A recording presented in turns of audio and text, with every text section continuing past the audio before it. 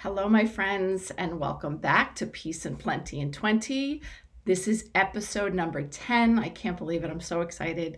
I am your host, Janine, transformation coach and midlife mentor, where every week in 20 minutes, we practice living with more intention. And today I want to talk about something near and dear to my heart, which is the paradox of being a high achieving, competent woman who also struggles with executive functioning and follow quote unquote normal routines. My personal experience living this duality is what inspired me to write this episode and to share with you guys what I've been doing lately that has helped me the most. And as I was planning this episode, I was reflecting back on all the things I put into place over the past couple of years that have really facilitated my evolution, my growth, my change, and my transformation, really. And so what I did was when I looked at everything, I split them into three areas. And I really truly feel like these three areas, these hacks in these three areas are what have been the game changers for me. Like I was kind of asking myself that question. What has really helped me transform the most and really changes my day-to-day experience for the better? So we're going to dive right in.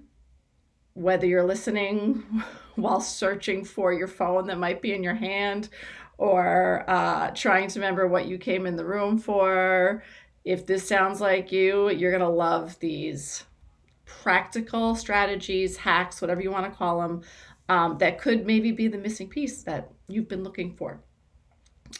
So first up, I want to talk about, let me tell you the way I kind of broke it down into three parts. The first part is I'm talking about the structure of our days, right? And the rhythm of our days. There's a certain routine and rhythm. So that's going to be my strategy number one. Number two is I want to look at well-being and wellness holistically, which includes all parts of us. And then the third thing is I want to talk about the mindset shifts, that have really had the biggest impact. Okay. All right. So let's dive in and talk about rhythm and structure of your days, your weeks, your month, your year. Now, in terms of your days, if you have a job out of the house, working out of the house, you kind of already have that structure set for you. There may not be a lot of wiggle room. But if you have your own business, or if you work part-time, or if you're full-time momming, which P.S. I have done all of the above, it can be very challenging to have a constant structure and routine to your days that you feel like you can stick to and that helps you feel continually productive. So I've been out of schools and classrooms for a while now, so I really had to, over like the past 5 years, create my own structure, being an entrepreneur, being my own boss, and that's been very challenging for me.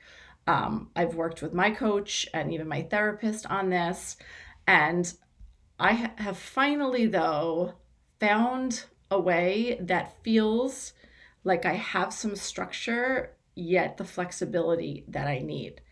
And this game changer for me was something called time blocking. So I don't know if you've heard of block scheduling. Actually, a lot of schools, high schools do it.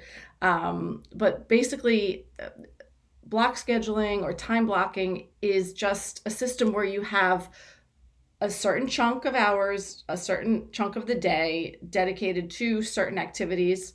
And what it does is it kind of sets up like boundaries. It sets up like guardrails for what you're doing during that time and what you're not doing during that time, which is super important. So for example, I'm looking at my own block schedule. I have it hung up here in my office. I have a copy upstairs in my bedroom, and I have it in my daily planner as well.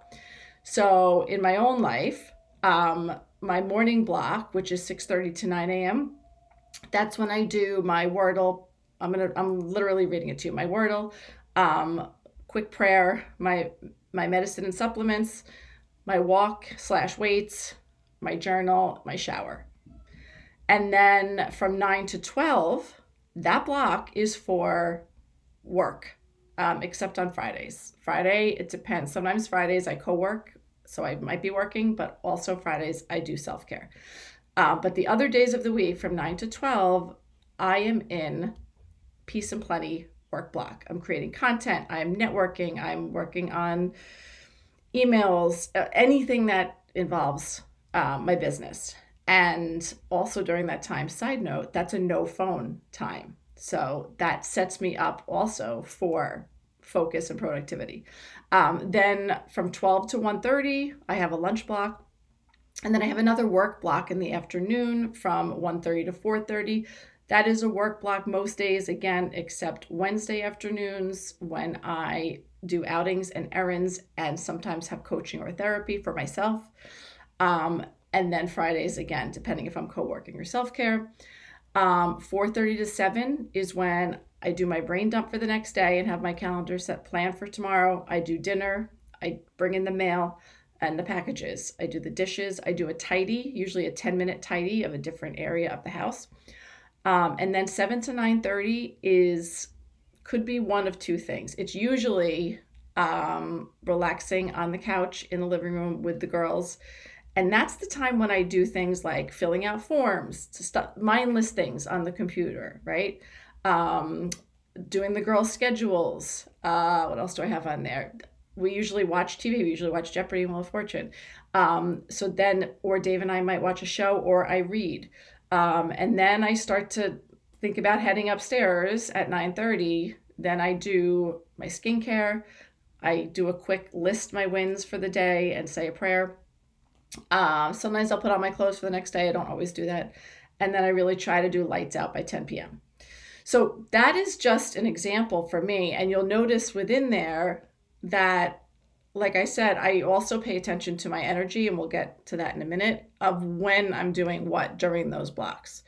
So I love this framework. It has really been life changing for me because it gives me a structure to not have to think about what I'm doing, but it also does offer me some flexibility.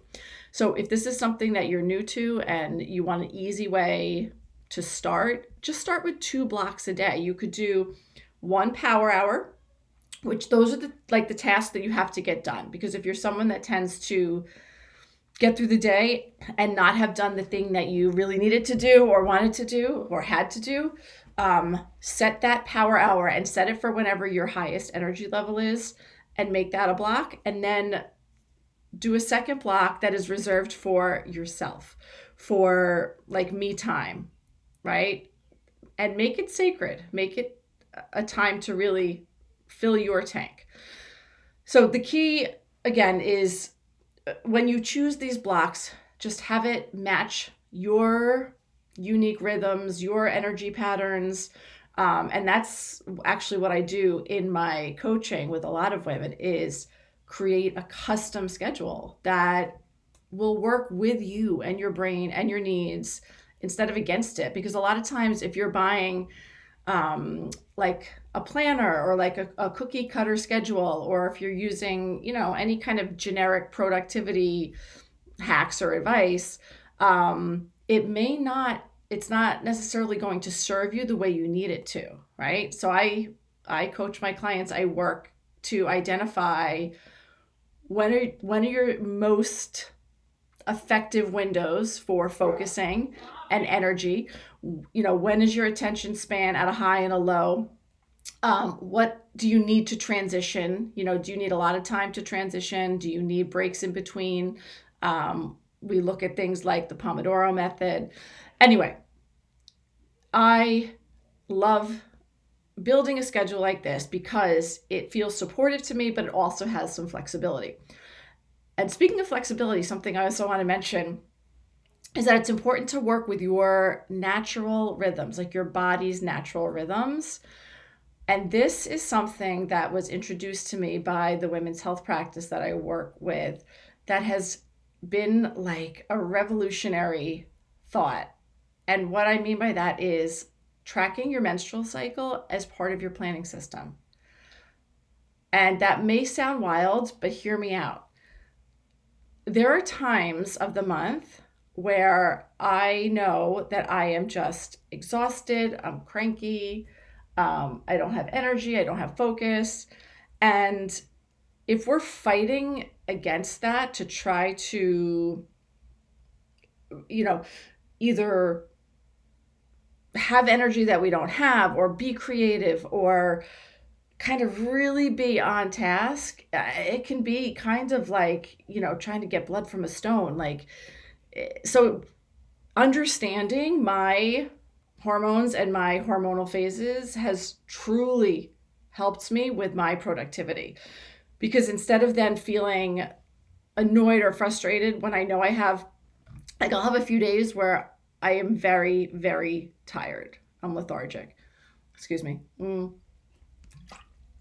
So being able to track that, or even just be aware, like, if that must be what's happening because my energy is really dipping, it helps me prepare for it and plan for it, right? So I can then schedule the more creative work during my follicular phase, which sounds funny. But that phase of the menstrual cycle is when your brain is really buzzing, right? With creativity and ideas. And then if I have important meetings, I've learned that those are good to schedule during ovulation, because that's where your communication skills are at a peak. And then during the luteal phase, this is so fascinating. During the luteal phase is when I like to do a lot of reflection, because that's the time when we tend to really get deep and turn inward, right? So if this interests you, just start paying attention. If you are still getting a period, you can just use one of the period tracker apps. But if you're like me, I had a hysterectomy, but I still have my ovaries. And I do still, I'm in perimenopause. Most of us are in perimenopause. Not in menopause yet, I do not believe, because I do still feel a lot of these monthly fluctuations.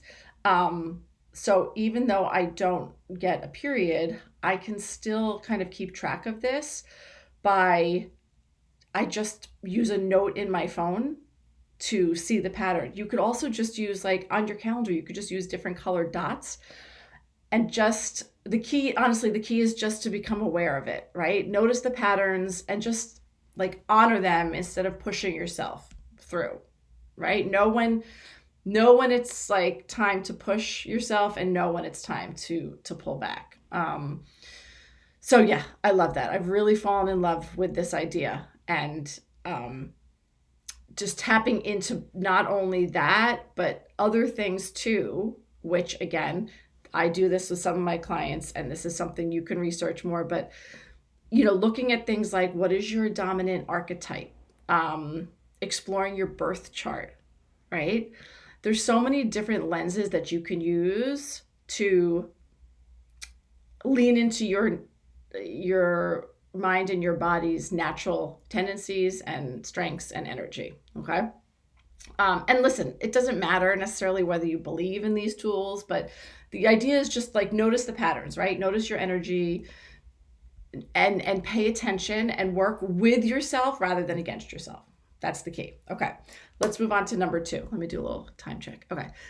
Number 2 is all about looking at your well-being holistically, to include both your body and your soul or your spirit, and your mind we'll talk about in number 3. But everything is connected, friends, right? So in terms of physical, let's talk about body first. In terms of physical health, movement is super important. This used to feel to me, and I'm calling it movement because if you have followed any of my past work around intuitive eating and body issues, I do not love to use the word exercise. It has a negative connotation to me. So for me personally, I like to use the word movement, because I don't like it to feel like an obligation or something that feels hard or something that I should do or have to do. So I have really shifted my thinking from I need to exercise 30 minutes a day, to how can I get movement in every day in a way that feels good and also that helps me be productive. And what works for me, and I'm sure many of you have heard me talk about this, what works for me is this idea of kind of like habit pairing, right? I pair my movement with other things that either I want to do or that I need to do anyway. So, for example, it's been nicer out lately. So, if I want to walk outside, I've been taking the dogs for a walk. So, I'm checking off two things at once. I'm getting them out and getting their exercise, and they're so happy, and I'm happy too. Sometimes, if I'm not walking the dogs and I have either a training I want to listen to or a podcast I want to listen to, that's what I'll do. I've also been I have a little stand that I bring down to my treadmill, and I bring my laptop, and I have been walking and answering emails. Um, or even if I come up with ideas, I often come up with creative ideas while I'm on the treadmill, so I can create space for that during that time and use my laptop. So I'm actually accomplishing two tasks at the same time, which makes me feel really good. It makes me feel successful. Um, so yeah, this pairing approach really has shifted how I view movement. It's just something that I get in every day because I want to, because I know it's important. Something else, a simple shift that I've made in terms of my physical health is getting enough protein.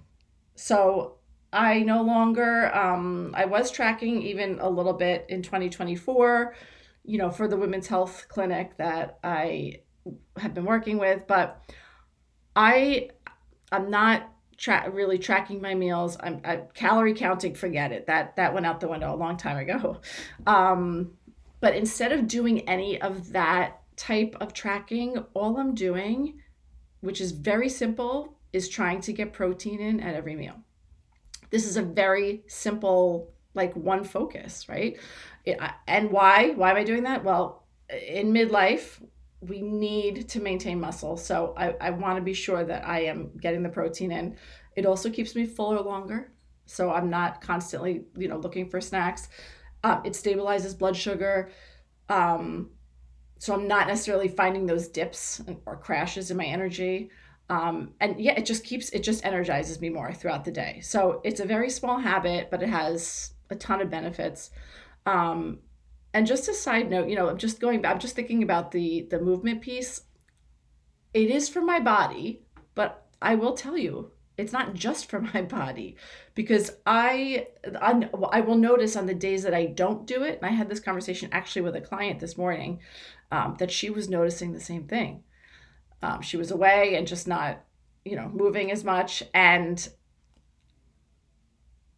I notice for me, when I'm not moving, my anxiety tends to ramp up.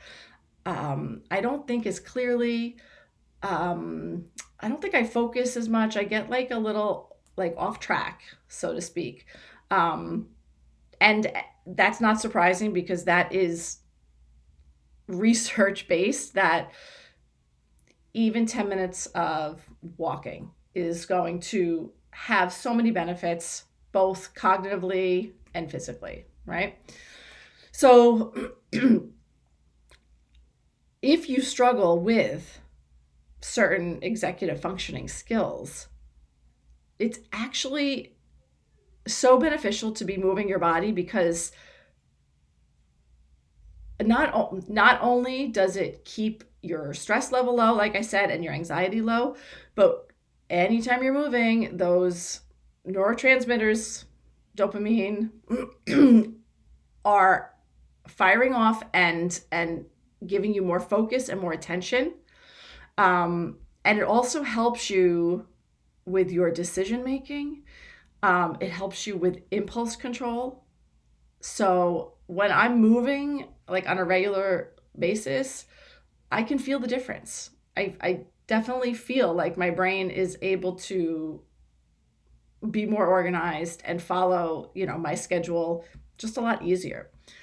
Okay. As far as spiritual health, a practice that has been anchoring me lately is just really leaning into my faith. I personally am Catholic, so trusting in God is so helpful to me, and turning to God, because I have a faith, I have a trust that I will never be abandoned. That is a deeply comforting feeling. I am also a big believer in the universe supporting me and responding to my energy, and God is part of that universe. So for me personally, they go hand in hand. Any Gabby Bernstein fans out there, The Universe Has Your Back was one of the game-changing books in my life in the last 10 years. Um, so when I'm talking about leaning into faith and talking about, your spiritual health, I'm not talking about, checking any kind of boxes or perfect church attendance. It's more about something bigger than myself to lean on when life gets challenging and difficult and overwhelming. And my daily practice is very simple. My spiritual practice is I start and end each day with prayer. Nothing fancy, nothing specific, just that quiet moment where I connect with God and thank Him, and then I will ask for blessings. I will ask for forgiveness in any way that I've fallen short. And it really does help ground me, both getting up in the morning and right before I go to bed at night. Um, and if that resonates with you, wonderful. I think that's an easy hack to put into your days. But if that doesn't resonate with you and you have a practice that looks completely different, or you're not religious but you're spiritual, or in my coach training practice, they called it that which is greater, just some feeling of what is greater. Um, Lean into a different type of practice. It could be meditation. It could be journaling. It could be just being in nature. I mean, that's a very spiritual experience, to be one with nature. Um, or just breathing with intention. It's not so much about the form as it is about finding those moments of getting centered, being still, getting connected with yourself. That's the key. And the powerful part about this is it really truly helps with both anxiety and focus. For me personally, when my worries start to spiral, I literally visualize myself like offering them up to God, or to, again, universe, and say, help me carry this, carry it for me, carry it with me, however you want to look at it. And there's something incredibly freeing and comforting and supportive when you feel like you don't have to handle everything alone. Um, and there's a lot of research to support this as well. Everything I talk about is something that I truly believe because I feel it in my soul, but also because I've done the work, over the past 5 years, to see that there are studies, there's factual evidence to back some of these things up. And only reason I'm mentioning that is, if you are hesitant, or if you are like, yeah, but I don't know if I believe that, reach out to me. I will share with you kind of my experience, and also where you can find research from very reputable sources to support these things I'm sharing with you. Okay. Let's see how much time I have. Okay. I am probably about to go over, but I am it's too important to me that we get this done. So if today's episode is, peace and plenty in 25 or 30, bear with me. Okay. So the last thing I want to talk about is the third part of this is about your mind, because we just talked about body, soul. We talked about structuring your days and like being an architect of your days at the beginning. Now I want to talk, the last step, about mindset. and mindset is one of the greatest hacks you can put into play, because quite literally, you can shift so much about your day with your perspective, with the lens that you're seeing things through, with the way that you're talking to yourself. And so I would say that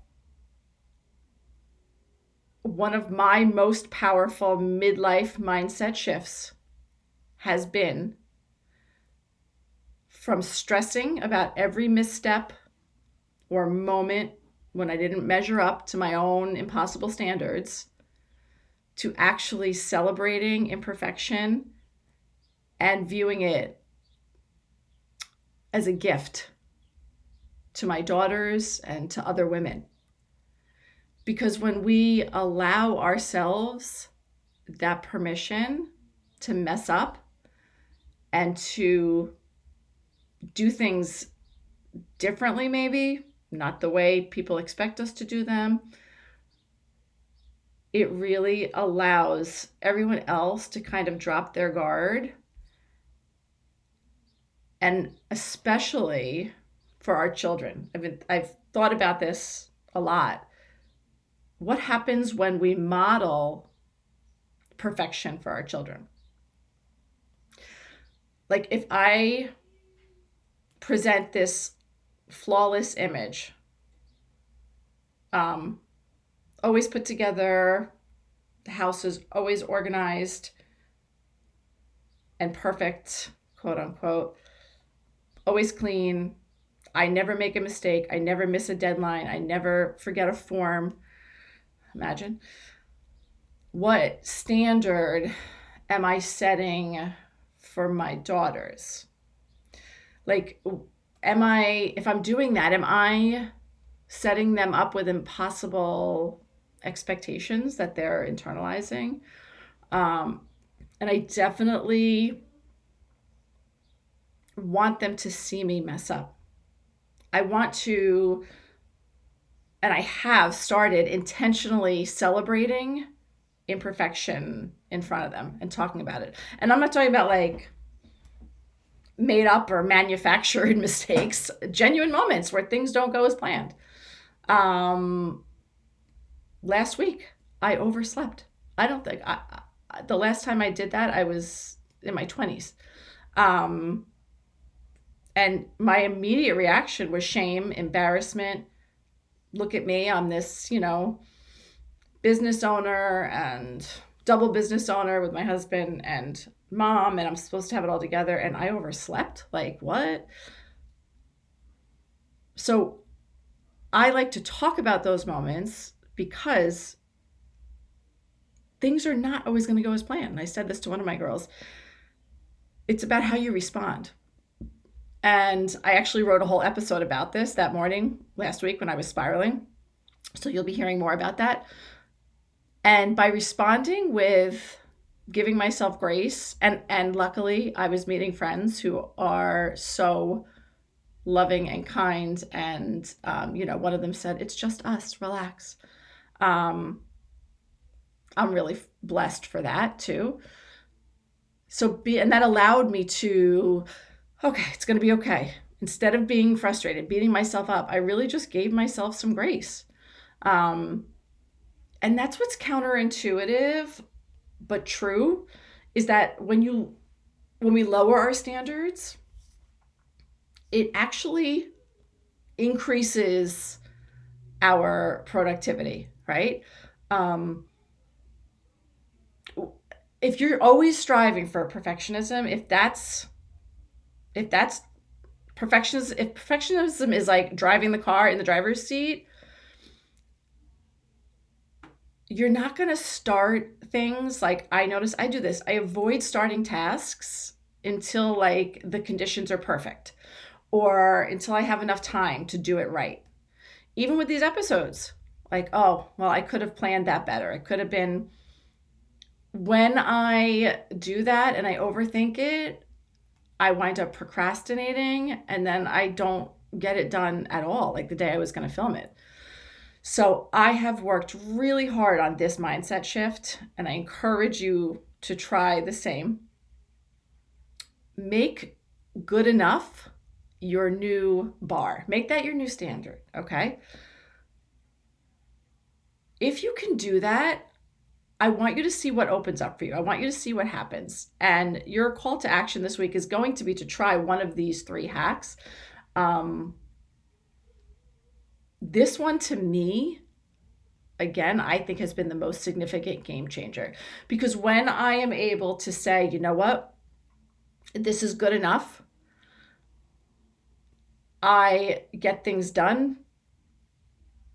I get more done, I should say. I actually start the task that I've been putting off. I'm able to complete projects because it doesn't have to be perfect. It's just done. I'm able to create momentum and continue moving forward and work through my time block schedule for the day. And that is so inspiring to like myself being like, wow, look, you're not doing everything perfectly, but you're doing it good enough and you're getting everything done. That really builds momentum, right? Have you heard the expression, perfection is the enemy of done? It's the truth. So, one last point I want to mention is that remember, when you quote unquote mess up or when you do something that's not perfect, what I love about that is that you're actually giving those around you permission to not be perfect either. I know, like when I sent out I don't remember if it was an email, if it was a post, and I had a client, I saw it and I was like, oh gosh, and it was something that I think it was an email that went out and I couldn't change it. It was already out. And I had a client say, I actually loved that you misspelled a word because it made me realize that I could still make a little mistake and I don't have to beat myself up because you're doing it right and you still provide value and you still have a job and you still run a business, so that means I can too. And those situations are so reaffirming to me, because when we don't insist on perfection, we are giving other women permission to be human as well, right? We're allowing more of us good girls to feel seen and know that we're still worthy even with our flaws showing. I could talk about this for hours, clearly. That's why we've gone way over time today. And I will put a little warning in the header that it's going to be a little more than 20 for today's episode. But I think it was important to me, very important, to not get this perfect in terms of timing, but more important for me to get these messages across to you and share these tips and tricks, if you will, if you, like me, tend to kind of struggle with this paradox of, I'm really good at a lot of things, but I also struggle with some things, right? Okay, so your action step this week is to pick one hack, quote unquote, that resonates the most with you and try it. And I want you to share. Okay, so in this YouTube show, or if you're listening on podcast, I don't know if I'll let you comment on there, but comment. If you're on my email list, send me an email about it. Share with me on social media. If you're in my private group on Facebook, share with me there.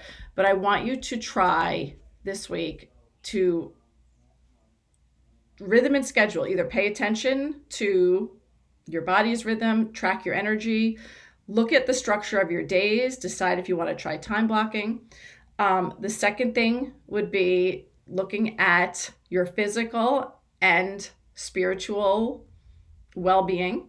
So what can you do in terms of physical health? How can you amplify your productivity and your days by including something that improves your physical health and also your spiritual health? How can you become more productive, more organized by tapping into that spiritual aspect? And then finally, your mindset. What can you shift in your mindset?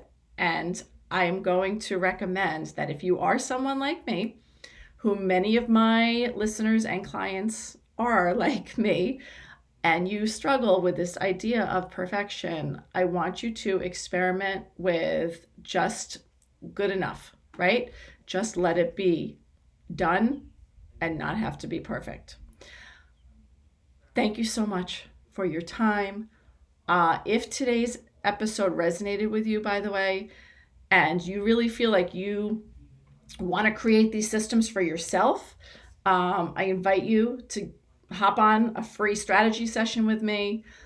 What we do during that call is figure out what are your biggest challenges, where are you stuck, and come up with a plan for you and map that out, and then talk about how I can help you. So there'll be a link. It'll either be in the show description or you can go to the title of the show. You can always email me, Janine at JanineDaramo.com. You can find me on Instagram at Janine M. Daramo. And yeah, it's so liberating, motivating, and just feels, for lack of a better term, just feels amazing to recognize that you don't need fixing. You just need the right tools to finally fit you.